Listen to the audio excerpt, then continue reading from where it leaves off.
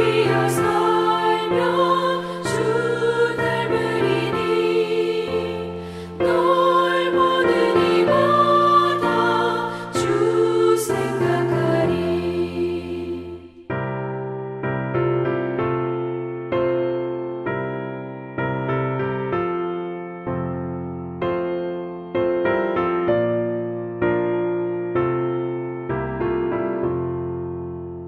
너 성결케 위해 주 따라가고 일 다급하여도 다 멈지 말고 참 즐거울 때나 또 슬플 때나 너 주님만 믿고 늘 따라가라.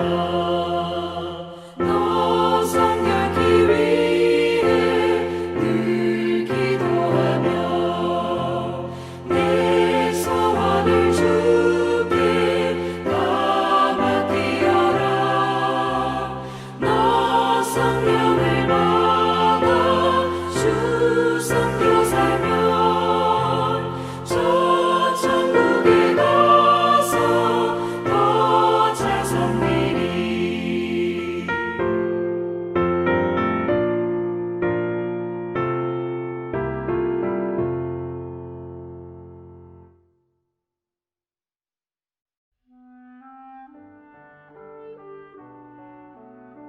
그 뒤를 이어 베들레헴의 입산이 이스라엘의 사사가 되었더라. 그가 아들 30명과 딸 30명을 두었더니 그가 딸들을 밖으로 시집 보냈고 아들들을 위하여는 밖에서 여자 30명을 데려왔더라. 그가 이스라엘의 사사가 된 지 7년이라. 입산이 죽음에 베들레헴에 장사되었더라. 그 뒤를 이어 스불론 사람 엘론이 이스라엘의 사사가 되어 10년 동안 이스라엘을 다스렸더라. 스불론 사람 엘론이 죽음에 스불론 땅 아얄론에 장사되었더라.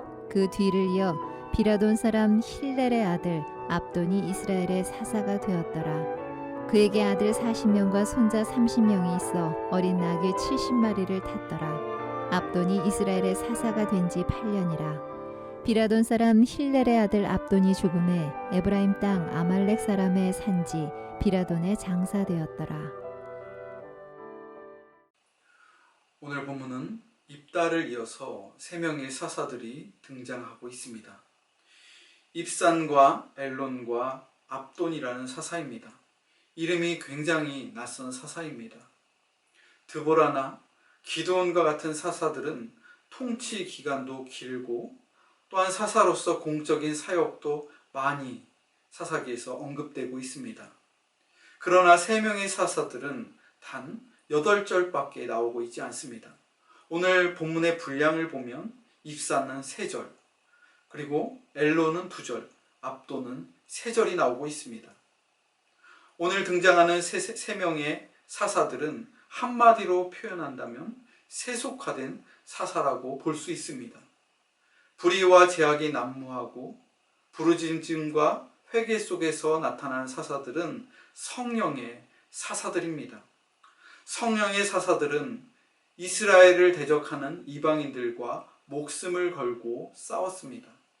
어렵고 힘들 때마다 하나님께 구하고 찾고 기도하였던 사사들이 성령을 받은 사사들입니다.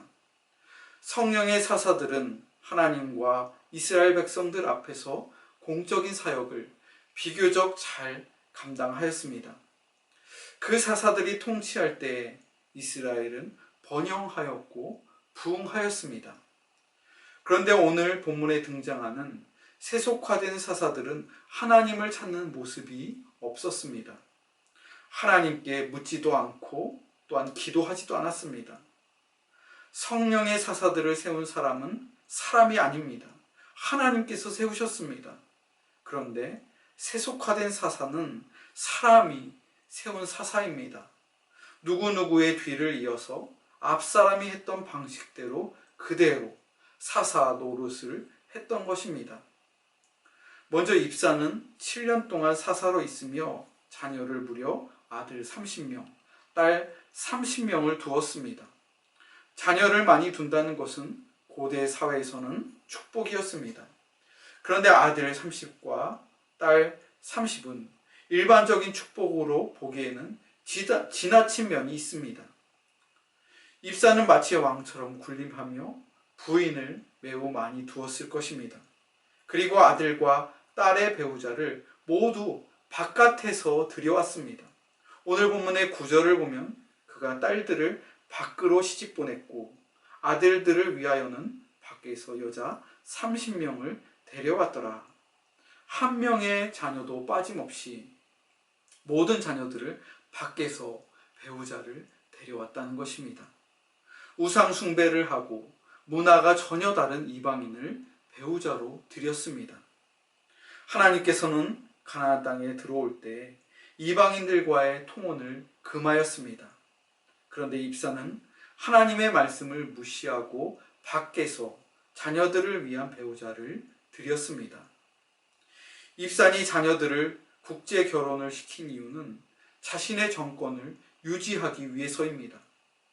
그래서 이방인들과 타협하고 그들의 우상과 문화를 무분별하게 받아들인 것입니다. 오늘날 교회 안에서 입산과 같은 생각을 가진 사람들이 있습니다. 부흥의 원천을 예수 안에서 찾아야 하는데 바깥에서 찾는 사람들이 있습니다. 부흥의 원천을 성경에서 찾아야 하는데 아웃사이드, 성경 바깥에서 찾는 사람들이 있습니다. 하나님께서는 인간의 행복과 번영 그리고 축복을 예수 그리스도 안에 감추어 두셨습니다. 그런데 어리석은 사람들은 자꾸 바깥에서 이 모든 것들을 찾으려고 합니다. 여러분, 세상은 혼란합니다. 무질서합니다. 그리고 공허합니다. 우리의 참된 행복과 만족 그리고 부흥을 외부가 아니라 내부에서 찾으시기 바랍니다. 세상에서 찾을 것이 아니라 그리스도 예수 안에서 찾으시기 바랍니다. 두 번째 사사는 엘론입니다. 엘론은 11절과 12절에만 나옵니다. 엘론이 한 일은 단지 입산의 뒤를 이어 이스라엘의 사사로 10년 동안 있다가 나중에 죽었다고 기록하고 있습니다. 이 말은 이하 동문이라는 그러한 의미입니다. 앞사람과 아주 똑같다라는 그러한 뜻입니다. 세 번째 사사인 압도는 8년 동안 통치하였습니다. 압도는 앞에 두 사사보다 더 했습니다. 아들 40명과 손자 30명을 두었습니다. 딸들이나 손녀가 생략된 숫자입니다. 그리고 70명의 자손들이 어린 나귀를 한 마리씩 다 소유하고 있었습니다. 오늘날로 표현하면 몇억 원씩 하는 외제 승용차를 70명의 자녀들에게 한 대씩 다 나눠주고 직장에서도 한 자리씩 다 나눠줬다는 의미입니다. 압도는 3대까지 이어지는 세습 정치를 하였던 사사입니다.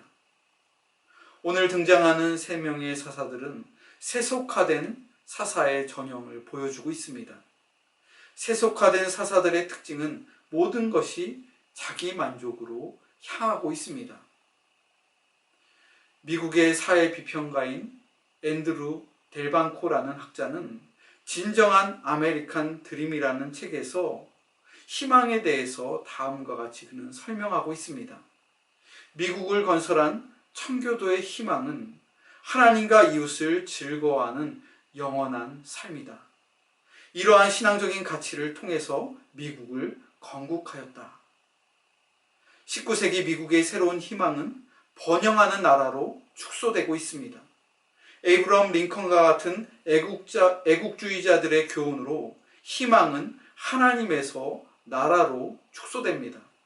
그리고 현대인 1960년대 이후 오늘날까지 자기 자신, 자신의 경험, 자신의 행복으로 희망이 축소되고 있습니다. 무한하신 하나님에서 구원자 미국으로, 그리고 마침내는 자기 자신이라는 소멸점으로 그 희망이 점점 줄어들고 있는 것을 우리는 확인할 수가 있습니다. 사사기에 등장하는 사사들 역시 마찬가지입니다. 불의와 죄악이 난무하는 세상 속에서 이스라엘 백성들이 함께 부르짖고 회개하였을 때 하나님께서는 성령의 사사를 세우셨습니다. 하나님을 온전히 신뢰하고 성령 충만한 사사는 하나님을 사랑하고 이웃을 사랑하는 올바른 지도자였습니다. 그런데 사사들이 안정을 찾고 세상의 부귀영화를 누리면서 그 희망과 부흥이 축소됩니다.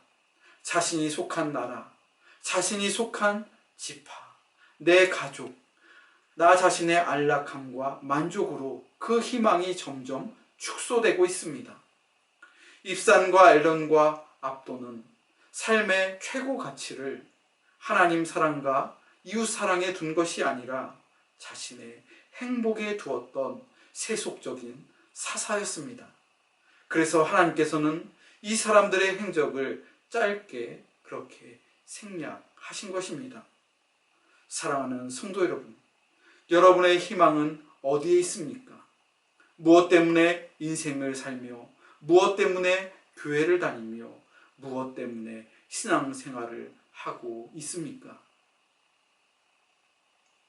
우리들 역시 나의 만족과 나의 행복을 위해서라면 한평생 잘 먹고 잘 살다가 잘 죽는 나를 위한 인생에 불과하다면 하나님께서는 그러한 인생에 별로 관심을 두지 않을 것입니다.